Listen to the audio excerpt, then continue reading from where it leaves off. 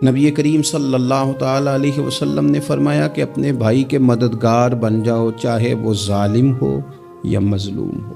فوری طور پر انسانی ذہن میں سوال اٹھتا ہے کہ یا رسول اللہ صلی اللہ تعالیٰ علیہ وسلم، یہ مظلوم کی مدد تو سمجھ میں آتی ہے، ظالم کی مدد کیسے کریں؟ تو اللہ کے حبیب علیہ الصلوۃ والسلام دیکھیں کتنا نفسیات کے قریب، کتنا آسان کر کے، کتنا انسانی سطح جس کو بڑی جلدی قبول کرے، اس طرح حضور نصیحت فرماتے، یا رسول اللہ صلی اللہ تعالیٰ علیہ وسلم یہ بھلا ظالم کی مدد کیسے کریں؟ تو حضور نے فرمایا اسے ظلم کرنے سے روک دو، یہی تمہاری اس کے لیے مدد ہے۔ تم اسے سمجھاؤ کہ یہ بات غلط ہے، تم اسے کہو کہ تم زیادتی پر ہو، تم اسے کہو کہ تم غلط بات پہ اڑ گئے، تم اسے سمجھاؤ کہ جس رستے کے تم مسافر بنے ہو یہ رستہ ٹھیک نہیں ہے، یہ تمہاری مدد ہوگی اس کے لیے۔ تم اپنے دوست کو، بھائی کو، عزیز کو، رشتہ دار کو قائل کرو کہ وہ غلط کام نہ کرے، یہ تمہاری مدد ہے اس کے لیے۔ تم مددگار بن گئے اپنے اس بھائی کے۔ اچھے لوگوں کی صحبت، اچھے لوگوں کے پاس اٹھنا بیٹھنا۔ آج کل اس کا ترجمہ اور بھی کیا جا سکتا ہے کہ اچھے لوگوں کو سننا، اچھے لوگوں کی بات پر توجہ دینا۔ مولانا ایک مزاج ہے ذائقہ بدلنے کا، یعنی یہ طبیعت بڑی انوکھی ہے لوگوں کی، کہتے ہیں یہ تو بات روز سنتے ہیں، کوئی انوکھی بات نہ سنیں، اس چہرے کو تو روز دیکھتے ہیں، کوئی انوکھا چہرہ نہ دیکھیں۔ لیکن درویش کیا کہتے ہیں پاہمیں سونے ملن ہزارہ، آسان نہیں یار بٹونا۔ او بھائی یہ مطلب سنو تو صحیح جی فلانا کیا کہہ رہا ہے۔ او بھائی خدا کے بندے پہلے تو اپنوں کی تو سن لے، وہ تو سمجھ لے، اس پر تو تھوڑا سا تو غور کر لے۔ ہم اس طرح الجھ جاتے ہیں اور قصداً الجھاؤ پیدا کرتے ہیں، ادھر بھی تھوڑا گئے، ادھر بھی تھوڑا گئے، اتنی بھی تھوڑی سنی، ٹھیک ہے، یہاں تو آپ پھر اتنا وقت رکھتے ہوں کہ سب کی بات سنیں اور اتنی صلاحیت رکھتے ہوں کہ اس کو پرکھ بھی سکیں، اور آپ اپنی ذہنی سطح پہ لا کے پھر صحیح کو صحیح کہنے کی طاقت رکھتے ہوں، غلط کو غلط کہنے کی اور جاننے کی صلاحیت رکھتے ہوں، تو آپ یہ کام کریں۔ لیکن اگر ایسا نہیں ہے تو پھر تو آپ اثر قبول کریں گے، پھر تو معاملات اور طرح کے ہو جائیں گے۔ اس لیے کوشش کریں کہ صالحین کی سنگت، نبی پاک صلی اللہ تعالیٰ علیہ وسلم نے فرمایا، میرا خیال ہے اس عنوان پر اس سے زیادہ قیمتی بات نہیں ہو سکتی۔ اللہ کے حبیب علیہ الصلوۃ والسلام نے فرمایا کہ انسان اپنے دوستوں کے دین پہ ہوتا ہے۔ اوئے ہوئے، اتنی بڑی بات فرمایا، انسان اپنے دوستوں کے مذہب پر ہوتا ہے۔ اس لیے سوچ کے بنایا کرو کہ یار کسے بنا رہے ہو، غور کر لو اس کو، دوستی کو، یارانے کو، اٹھنے بیٹھنے کو معمولی سا کام نہ سمجھنا، آنے جانے کو، سفر کرنے کو معمولی سا کام نہ جاننا۔ بندہ اپنے دوستوں کے مذہب پہ ہوتا ہے، اس کے منہ میں زبان اپنی ہوتی ہے۔ اکثر لوگ ایسے ہوتے ہیں ان کے منہوں میں زبان اپنی ہوتی ہے، لفظ اپنے نہیں ہوتے، وہ جملے کسی اور کے بول رہے ہوتے ہیں۔ اس کا مطلب یہ ہوتا ہے کہ وہ سارا اثر قبول کر چکے ہیں کہ جو انہیں یہاں تو راہ حق پہ لے گیا ہے، اور اگر جس کا وہ اثر لے رہے تھے بندہ غلط تھا تو وہ انہیں غلط طرق پہ لے گیا ہے۔ ایک بات خواجہ حسن بصری کی، اللہ اکبر، صحیح لوگ چل رہے ہوتے ہیں، کسی درویش کے عقیدت مند ہوتے ہیں، تربیت پا رہے ہوتے ہیں، رستہ صحیح چل رہا ہوتا ہے، لیکن وہ مطلب فٹافٹ ایک کوئی شخص بیچ میں گھستا ہے اور آگے کہتا ہو نہیں میں تجھے بتاتا ہوں معاملہ تو کچھ اور ہے۔ وہ بالکل سڑک پہ صحیح چل رہے، اب انہوں نے غلطی کیا کی، انہوں نے ہر چمکنے والی چیز کو سونا سمجھ لیا، انہوں نے ہر اجلی چیز کو طیب جان لیا۔ حضرت خواجہ حسن بصری فرماتے ہیں بروں کی صحبت میں نہ بیٹھنا، بروں کی صحبت تجھے اچھوں سے بدگمان کر دے گی، وہ تیرے ذہن میں اچھوں کے بارے میں۔ حضرت پیر چندن شاہ صاحب رحمۃ اللہ تعالیٰ علیہ، آل و مہار شریف والے، حضرت پیر چندن شاہ صاحب رحمۃ اللہ علیہ کے پاس ایک نوجوان آیا تو پیار ہو گیا، وہ بیٹھنے لگا، طریقت سیکھنے لگا۔ وہ لوگ بھی بڑے خالص تھے، انہیں مریدوں کی صورت میں طاقت نہیں چاہیے ہوتی تھی، بلکہ انہیں مریدوں کی صورت میں وہ لوگ چاہیے ہوتے تھے جو ان کا پیغام آگے پہنچائیں۔ جو ان سے وہ سیکھیں، جو وہ سکھا کے انہیں دیندار بنانا چاہتے ہیں۔ تو بچہ بیٹھ گیا، حضرت بھی بڑا ہی پیار کرنے لگے، اسے دین سمجھانے لگے۔ تو اس کے والد صاحب پیچھے سے آئے اور آگے کہنے لگے پتر چل گھر چلیے۔ کہنے لگے جی ابا جی اور میں تے نہیں جانا، میں تے اتھی رہنا ہے۔ کہنے لگا پتر چل میں بڑے پیر ویکھے نے۔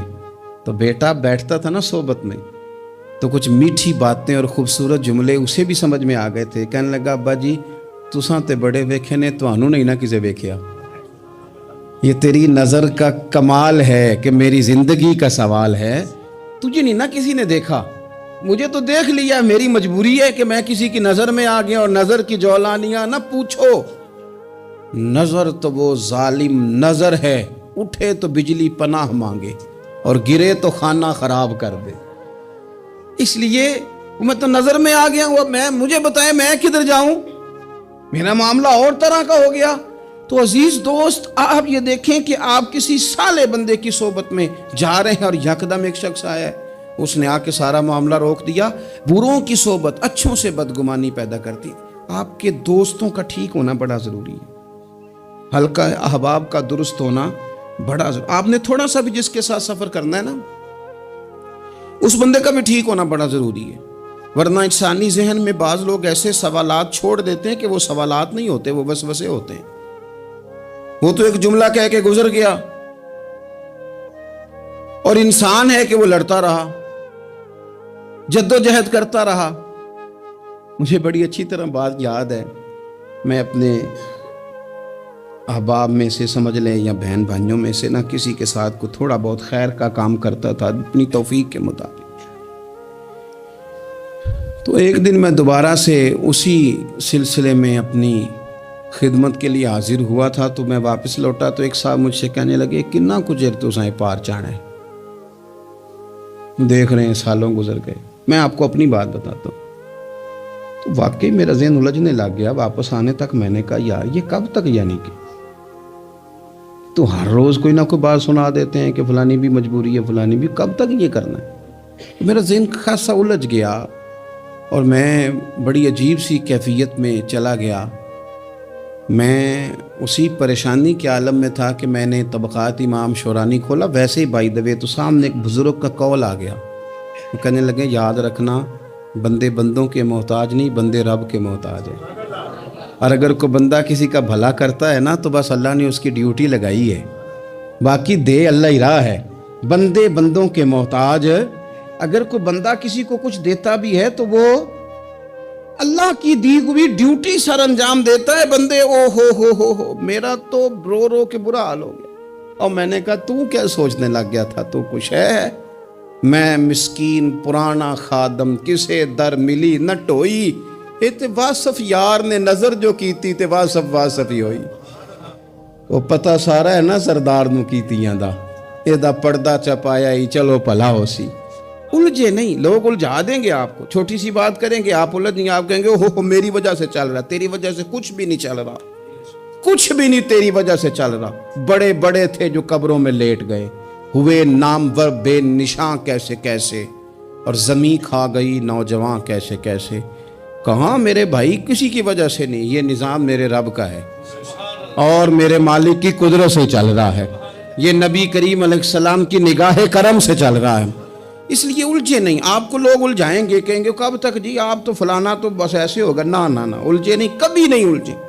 سنیں، ہمارے ارد گرد کے حلقہ احباب کا ٹھیک ہونا اتنا ضروری ہے، اتنا ضروری ہے کہ داتا گنج بخش علی اجویل رحمت اللہ علیہ فرماتے ہیں کہ مکہ معظمہ میں ایک شخص طواف کعبہ کر رہا تھا۔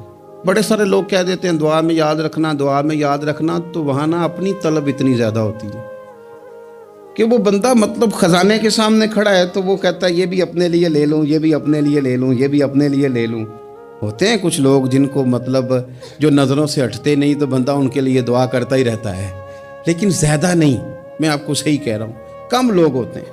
آج ہم جاتے ہیں بڑا مشکل سے سفر کر کے حرم شریف میں، لیکن بڑی آسانیاں، جہاز کا سفر ہے، بہت ساری آسانیاں۔ تو ایک بندہ 6 ماہ سال پیدل اس نے سفر کیا اور حرم شریف پہنچا، وہاں اس نے دعائیں مانگنی، اب اسے کوئی اور یاد آتا ہے؟ وہ تو بھائی خرچ ہو گیا، اس کا تو وجود تھکن سے چور ہو گیا. لیکن داتا صاحب رحمۃ اللہ علیہ فرماتے ہیں اس شخص کا حال یہ تھا کہ وہ حج کرنے گیا، جتنی بار بھی دیکھا نا کعبے کا طواف کر رہا ہے، غلاف پکڑا ہے، اور کیا پتہ کیا آ رہا ہے؟ یا اللہ میرے دوستوں کو ٹھیک کر دے، یا اللہ میرے دوستوں کی اصلاح کر دے، یا اللہ میرے دوستوں پہ فضل فرما دے، یا اللہ جو میرے ارد گرد رہنے والے ہیں انہیں اپنا قرب دے دے، ان کا رستہ آسان کر دے. وہ کہتے ایک درویش سے نہ ہی رہا گیا، اس نے کہا خدا کے بندے کچھ اپنے لیے بھی مانگ، جتنی دفعہ تجھے دیکھا ہے تو کہتا ہے یا اللہ میرے دوست ٹھیک کر دے، میرے دوست ٹھیک کر دے. وہ کہنے لگا تمہیں پتہ ہی نہیں، یہ بھی میں اپنے لیے ہی مانگ رہا ہوں. اس نے کہا اپنے لیے کس طرح مانگ رہا ہے؟ کہنے لگا وہ ٹھیک رہیں گے نا تو پھر میں بھی ٹھیک ہی رہوں گا. جب چاروں جانب سے مشورہ ہی خیر کا ملے گا تو میں کیسے بگڑوں گا؟ جب وہ سارے مجھے اچھی رائے دیں گے اور اچھی طرف ہی قائل کریں گے تو کیسے کام خراب ہوگا؟ تو میں بالواسطہ اپنے لیے ہی اللہ سے سوال کر رہا ہوں کہ یا اللہ انہیں سوار دے تاکہ میرا بھی فائدہ ہو جائے. اپنے حلقہ اثر میں ایک تو خود اچھی بات کریں، بری نہ کریں، اور دوسرا نہ کوشش کریں کہ ایسے لوگوں کے پاس جا کے بیٹھیں. اور جا کے بیٹھنے کے لیے بھی نا انسان کا پہلے ارادہ، پہلے نیت. ہم جب کسی جگہ جاتے بھی ہیں تو ہماری نظریں اتنی طائرانہ پہلے پڑتی ہیں، اتنی تنقید کرتے ہیں. پہلے ہم نے اپنے ذہن میں جو خاکہ بنایا ہوتا ہے نا کسی کا، پہلے اس میں اسے تولتے ہیں. پہلے ہم پوری طرح نچوڑ کے دیکھتے ہیں کہ کون سی چیز صحیح ہے اور کون سی غلط ہے. اس ذائچے میں اگر کوئی پھر بھی پورا اتر آئے، پھر بھی اس کی کہی ہوئی باتوں کو اس ذوق سے قبول نہیں کرتے. جب آپ کا سیکھنے کا مزاج ہے تو پھر تو ہمیں کہا گیا کہ یہ علم، یہ معرفت، یہ تو مومن کی گم شدہ میراث ہے، مومن کی ہے، اس سے گم ہو گئی ہے. جہاں سے ملے وہاں سے حاصل کرو. خیر کی بات آپ ذہن بنائیں، اچھا گمان کریں کہ یار میں نے سیکھنا ہے، تو آپ طالب علم سے بھی سیکھ لیں گے، چھوٹے بچے سے بھی سیکھ لیں گے. اگر آپ کا ذہن ہے اور اگر یہ نہیں ہے تو پھر میرے بھائی اینک اتنی تگڑی ہے، اتنی سخت ہے کہ اس کے شیشوں پر کوئی پورا اتر سکتا ہی نہیں، تو پھر کس طرح سیکھیں گے؟ آپ حضرت ابن الجوزی رحمۃ اللہ علیہ فرماتے ہیں کہ ایک درویش تھے، حضرت ابو ہاشم ان کا نام تھا. کہتے ہیں بڑی مجبوری تھی، مجھے کہیں جانا تھا تو کشتی نہیں مل رہی تھی. اچانک ایک کشتی گزرنے لگی تو میں بھی سوار ہونے لگا تو ملاح نے مجھ سے کہا کہ یہ ایک صاحب بیٹھے ہیں، بڑے امیر ہیں، ساتھ ان کی کنیز ہے، انہوں نے مجھ سے بک کر لی ہے ساری کی ساری. کی عقیدہ سی سالم کرا لیا ٹانگا، وہ ساری کی ساری بک کر لی ہے تو میں تو کسی کو نہیں بٹھا سکتا. تو وہ جو صاحب بیٹھے تھے بڑے سیٹھ آدمی تھے، کہنے لگے میاں آپ کسی اور کشتی میں بیٹھو. جو ان کی کنیز تھی نا وہ کہنے لگی چہرے سے کوئی نیک آدمی لگتا ہے، چلو اتنی سواریوں کی جگہ ہے، کسی کونے خدرے میں بیٹھ جائے گا، ہمارا کیا جائے گا. کہا اچھا چلو آ جاؤ.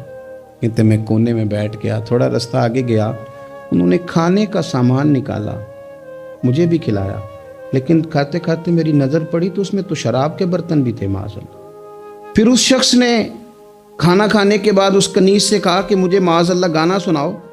وہ گانے گانے لگی، یہ میری طرف متوجہ ہونے لگا، مجھے کہنے لگا سنو. میں نے کہا میں یہ نہیں سنتا. پھر میری طرف شراب بڑھائی، میں نے کہا میں نہیں پیتا. تو کہنے لگا تو کیا سنتا ہے، تو کیا سنتا ہے؟ تو کہنے لگے میں سناؤں کیا سنتا ہوں. کہا سنائیے. فرماتے میں نے قرآن پاک پڑھنا شروع کر دیا. کچھ لوگ، میں آپ کو یقین سے کہتا ہوں، کچھ لوگ ایسے ہیں جن کی زندگی دور گزر گئی ہے مسجد سے. انہیں کو بندہ چاہیے جو تھوڑا سا جا کے پیغام حق سنائے. یعنی ان کو پتہ ہی نہیں ہے کہ دین میٹھا کتنا ہے، حسین کتنا ہے، قرآن میں چاشنی کتنی، سرکار کی تعریف کا، نعت خوانی کا رنگ کتنا شاندار ہے. میرا یہ ماننا ہے کہ جسے رب رسول کے رنگوں کی خوشبو کا پتہ چل گیا نا، پھر دنیا کا کوئی اور رنگ اسے اپنی طرف مائل کر ہی نہیں سکتا، سوال ہی پیدا نہیں ہوتا. کچھ لوگوں نے سونگا نہیں ہے، آئے نہیں ہیں، قریب نہیں آئے. تو شیخ ابو ہاشم کہتے ہیں مجھے کہنے لگا سناؤ نا. امیر آدمی تھا، کبھی اس طرف گیا ہی نہیں تھا. ڈھیروں لوگ ہیں جو نہیں مسجد جاتے. الہاکم التکاثر حتی زرتم المقابر. اللہ فرماتے ہیں کہ تمہیں دولت کی ہرس نے اتنا عجیب الجھا دیا کہ قبروں تک پہنچ گئے تم. بہت سارے لوگ ہیں قبر میں چلے جاتے ہیں، مسجد میں نہیں آتے. تو کہتے ہیں میں نے اسے چند آیتیں سنائیں، اس کی تو کیفیت ہی بدل گئی. کہنے لگا مولانا زندگی بڑی گناہوں میں گزری ہے، اب توبہ کر لوں تو مالک معاف کر دے گا؟ کارنامے خطرناک ہیں، پیچھے رجسٹر کالا سیاہ، معافی ہو جائے گی۔ دولت بڑی تھی تو پھر ہم نے بھی شراب کباب شباب میں اڑا دی ساری، معاف کر دے گا؟ تو کہتے ہیں میں نے کہا ہو بندے کے آنے کی دیر ہے، اس کی رحمت تو فوراً ہی قبول کر لیتی ہے۔ ویسے بھی عدل کریں تے تھر تھر کمبن، اونچیاں شانہ والے تجھے فضل کریں تے پھر تے بخشے جامن میرے جے منہ کالے۔ کہتے اس نے اس کنیز کو آزاد کیا، دولت اللہ کی راہ میں خیرات کی، 40 سال میرے ساتھ رہا، پھر میں نے اس کی زبان سے سوائے خیر کے جملہ نہیں سنا۔ ایک کی بات کرتا تھا، کہتا تھا شیخ کاش آپ مجھے تھوڑا پہلے مل جاتے، زندگی سے یہ گلہ ہے کہ تو ذرا دیر سے ملا ہے، پہلے مل جاتے نا تو شاید میری زندگی کے کچھ اور دن بن جاتے، تھوڑی دیر اللہ والے کی صحبت۔ آپ فرماتے ہیں پھر وہ 40 سال کے بعد میرے سامنے انتقال ہوا، میں نے ہی دفن کیا، میں نے ہی قبر میں اتارا، جنازے کا اہتمام بھی میں نے ہی کیا، میرا یار تھا، دل لگ گیا تھا، پیار ہو گیا، میں پریشان رہتا۔ ایک دن خواب میں مل کے مجھے کہنے لگا فکر نہ کر، میں نے اپنے رب کو بڑا ہی مہربان پایا ہے، میں نے اسے بڑا کریم پایا ہے، معاف کرنے والا پایا ہے، درگزر کرنے والا پایا ہے، اس نے فضل فرما دیا، میرے گناہوں پر اس کے عفو و درگزر کا قلم چل گیا ہے، اور میرے حق میں جو فیصلہ آیا ہے وہ رحمت والا ہی آیا ہے، فضل والا ہی فیصلہ آیا ہے۔ عزیز دوستو، تھوڑی دیر کسی نیک آدمی کی صحبت، ایک تو یہ ہے کہ وہ صحبت تقوی کی طرف مائل کرے گی، تو برے آدمی کی صحبت نا آپ کی طبیعت میں ہیجان پیدا کرے گی، ہیجان۔ وہ لوگ ہی ہوتے ہیں جو مل کے کہتے ہیں چھوڑ ساری دنیا داری ہے، پیسے ہوں تو سارے ٹھیک ہیں، یہ لوگ ہی ہیں جو یہ سبق بھی پڑھاتے ہیں، وہ لوگ ہی ہیں وہ کہتے ہیں چھوڑ یار، کون سے درویش کون سے مولوی کون سے دیندار سب اسی طرح کے ہی ہیں، یہ لوگ ہی ہیں جو کہتے ہیں چھوڑو میاں تم کس چکر میں پڑ گئے، ابھی تو اتنی عمر پڑی ہے۔ یہ سب چیزیں ہیں۔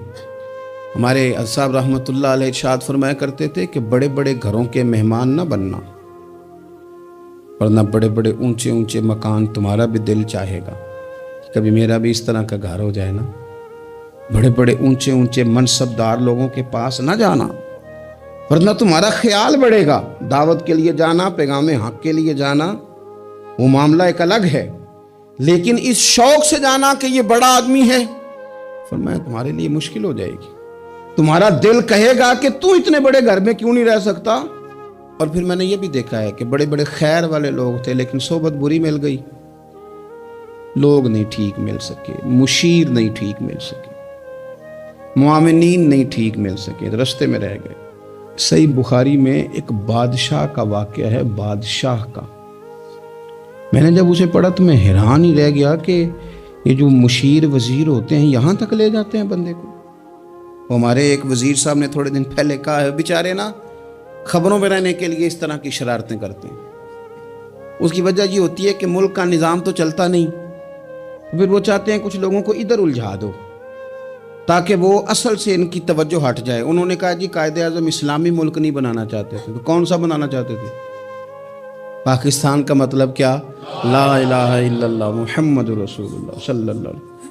میں آپ کے جواب میں صرف اتنی بات کہوں گا کہ جو پاکستان بنانے والے تھے نا وہ آپ کی طرح کے لوگ نہیں بنانا چاہتے تھے، آپ کی طرح کے لوگوں کے حوالے نہیں کرنا چاہتے۔ ہمارے لیڈروں کا یہ حال ہے کہ اس طرح کے لوگوں کو مشیر بنا لیتے ہیں، وزیر بنا لیتے ہیں، یہ کتنی رکاوٹ پیدا کرتے ہیں، کتنی تباہی کرتے ہیں۔ دیکھیے بخاری میں موجود ہے، ہرقل بادشاہ نے حضرت ابو سفیان رضی اللہ تعالیٰ عنہ جو اس وقت ابھی کلمہ نہیں پڑھتے تھے ان کو بلا کے نبی پاک علیہ السلام کے بارے میں ساری باتیں پوچھی، ایک ایک بات اس نے حضور کے بارے میں پوچھی، اور آخر میں یہ بھی پوچھا کہ کیا انہوں نے معاذ اللہ کبھی جھوٹ بولا ہے؟ ابو سفیان کہنے لگے نہیں، قربان جاؤں میری مخالفت اپنی جگہ پہ، لیکن وہ میرے سامنے پیدا ہوئے ہیں، 40 سال کی عمر میں اعلان نبوت کیا ہے، ان کی گود میں بیٹیاں کھیلتے میں نے دیکھی ہیں، ان کے مقدس بال میرے سامنے سفید ہوئے ہیں، محبوب نے جب بھی بولا حق اور سچ ہی بولا ہے۔ اس کی نہ طبیعت میں دین اتر گیا بادشاہ کی. اس نے اس کے جواب میں بڑا خوبصورت جملہ کہا. کہنے لگا جس نے بندوں سے کبھی جھوٹ نہیں بولا وہ یہ جھوٹ کیوں بولیں گے کہ میں اللہ کا رسول بن کے آیا. اس کی طبیعت تسلیم کر گئی کہ نبی پاک علیہ الصلوۃ والسلام سچے اور آخری نبی ہیں. اور اس نے اظہار بھی کیا. کہنے لگا مجھے یہ تو امید تھی کہ اللہ کے آخری محبوب علیہ السلام اپنی شانوں، عظمتوں، رفعتوں، بلندیوں سمیت تشریف لانے والے ہیں، پر یہ نہیں پتا تھا کہ وہ اہل عرب میں سے آئیں گے. اس نے کہا میں جلدی سے حاضر ہو کے نا حضور کی اطاعت قبول کرتا ہوں. لیکن بادشاہ تھا نا، بڑا آدمی جو ہوتا ہے نا وہ اپنے ماحول کو ذرا تھوڑا ساتھ لے کے چلنا چاہتا ہے. تو بادشاہ نے بھی نا اپنے جتنے اس کے وزیر مشیر تھے ان کو بلایا اور اپنے محل میں دعوت دی. ذرا انداز دیکھیے گا. اور خود بالا خانے کے اوپر چڑھ گیا، دروازے بند کر لیے اور اوپر چڑھ کے نا انہیں بالا خانے سے جھانک کے کہنے لگا تمہیں بھی پتہ چل گیا، مجھے بھی پتہ چل گیا اللہ کے آخری رسول تشریف لے آئے صلی اللہ تعالی علیہ وسلم. اب میرا خیال ہے کہ ہماری اور تمہاری بہتری اور بقا اسی میں ہے کہ ہم بیٹھے نہ رہیں، جلدی سے جا کے محبوب پاک کے دامن کو تھام لیں، حضور کی فرما برداری قبول کر لیں. اب جب بادشاہ نے یہ بات کی تو وہ جو وزیر تھے، مشیر تھے، ان کی حالت اتنی خطرناک ہو گئی کہ وہ تو دروازوں کی طرف دوڑے کہ کھولیں گے اور نوچ لیں گے بادشاہ کو. یہ کیا کہہ رہا ہے معاذ اللہ. اس قدر زیادہ ان لوگوں نے اظہار کیا استغفر اللہ معاذ اللہ دین سے دوری کا. جب بادشاہ نے یہ کیفیت دیکھی نا، اوہو، بندے دیکھ کے رب رسول سے دور رہ گیا. کہنے لگا نہیں نہیں بھائی، نہیں، میں تو صرف تمہیں آزما ہی رہا تھا کہ تم اپنے دین کے ساتھ کتنے پختہ ہو. ہم نہیں کہیں بھی جا رہے، ہم یہیں رہیں گے، یہی ہمارا دین رہے گا. ان وزیروں نے، مشیروں نے، دوستوں نے، قریبی لوگوں نے رسول اللہ کی غلامی میں نہیں آنے دیا. اتنا برا اثر کرتے ہیں یہ مشیر وزیر، اتنا خوفناک حال کر دیتے ہیں انسان کا قریب رہنے والے لوگ کہ سامنے کرم کا دریا بہ رہا تھا لیکن اس کی بدقسمتی دیکھو، وہ دور اس لیے رہ گیا کہ اس کے دوست ٹھیک نہیں تھے، مشورہ دینے والے ٹھیک نہیں تھے، قریب رہنے والے ٹھیک نہیں، یہ دور رہ گیا. اور نجاشی کلمہ پڑھ کے محبوب کا مسلمان ہو گیا. اور حضرت عائشہ صدیقہ فرمایا کرتی تھی نجاشی وہ خوش قسمت مسلمان ہے کہ جب وہ دنیا سے گیا تو اس کی قبر سے بھی نور نکلا کرتا تھا. اس نے نہیں بادشاہ دیکھی، غلامی کی رسول کریم. اور اس نے اپنے مشیروں پر لوگ تو یہاں تک بری صحبت اثر کرے گی کہ وہ دین سے دور لے جائے گی. اور ایک تو ہے دین کے قریب آنا. یہ جو بات آخر میں کرنے لگا ہوں نا، یہ زیادہ توجہ طلب ہے. جو لوگ کہتے ہیں نا میرا دل نہیں بدلتا، جو لوگ کہتے ہیں میری کیفیت نہیں بدلتی، ذوق نہیں آتا، تو یہ حدیث بتاتی ہے کہ ذوق بھی کوئی خاص صحبت میسر آئے تو پھر ہی قائم رہتا ہے. وہ جو محبوب علیہ السلام نے فرمایا نا کہ اللہ کا بندہ وہ ہے جسے دیکھو تو رب یاد آ جائے. خاص لوگ ہوتے ہیں جن کی صحبت میں بیٹھنے سے انسان کا دل اللہ سے جڑتا ہے، رسول اللہ صلی اللہ علیہ وسلم سے جڑتا ہے، دین پر عمل کرنے کو طبیعت چاہتی ہے. ایسے لوگوں کی صحبت کتنی مفید ہے وہ ہمیں اس حدیث سے عکس کرنا ہے. حضرت حنظلہ رضی اللہ تعالیٰ عنہ اور مرکز وفا اور اس امت کے ادب اور عشق میں استاد حضرت ابو بکر صدیق رضی اللہ تعالیٰ عنہ، یہ دونوں حضور کی بارگاہ میں گئے. انداز کا اختیار کیا، کہنے لگے یا رسول اللہ صلی اللہ علیہ وسلم ہمارے دل کی تو کیفیات دو قسم کی ہیں. حضور جب ہم آپ کے پاس ہوتے ہیں نا، جنت اور دوزخ کا ذکر سنتے ہیں، ہمیں یوں لگتا ہے جنت اور دوزخ ہماری آنکھوں کے سامنے. دل کے اندر فوراً جذبات ابھر آتے ہیں کہ اب ہر خیر کا کام کرنا ہے، اب جنت ہی کی طرف مائل ہونا ہے. ہماری قلبی کیفیات، ہماری باطنی کیفیت بدل جاتی، نور نالا نور ہو جاتا ہے سارا کچھ. لیکن حضور جب ہم آپ کی بارگاہ سے اٹھ کے گھر جاتے ہیں، بال بچوں کے پاس جاتے ہیں، تو پھر وہ حال نہیں رہتا. یا رسول اللہ صلی اللہ علیہ وسلم یہ کیا ہے؟ تو محبوب نے کیا فرمایا؟ آپ یقین کریں جو اہل طریقت اور تصوف ہے نا، یہاں ان کی روحیں مچل جاتی ہیں.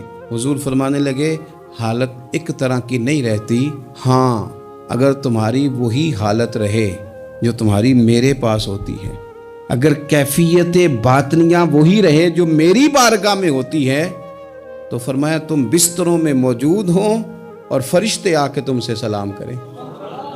تم ابھی رستوں میں ہو اور فرشتے تم سے ملاقات کریں. اگر تمہاری کیفیت وہ بن جائے جو یہاں ہوتی ہے، اگر تم اسی پر جم جاؤ، وہی حالت ہو جائے، تو پھر تو فرشتے گویا آئیں تمہاری زیارت کے لیے، تمہاری ملاقات کے لیے فرشتے آئیں.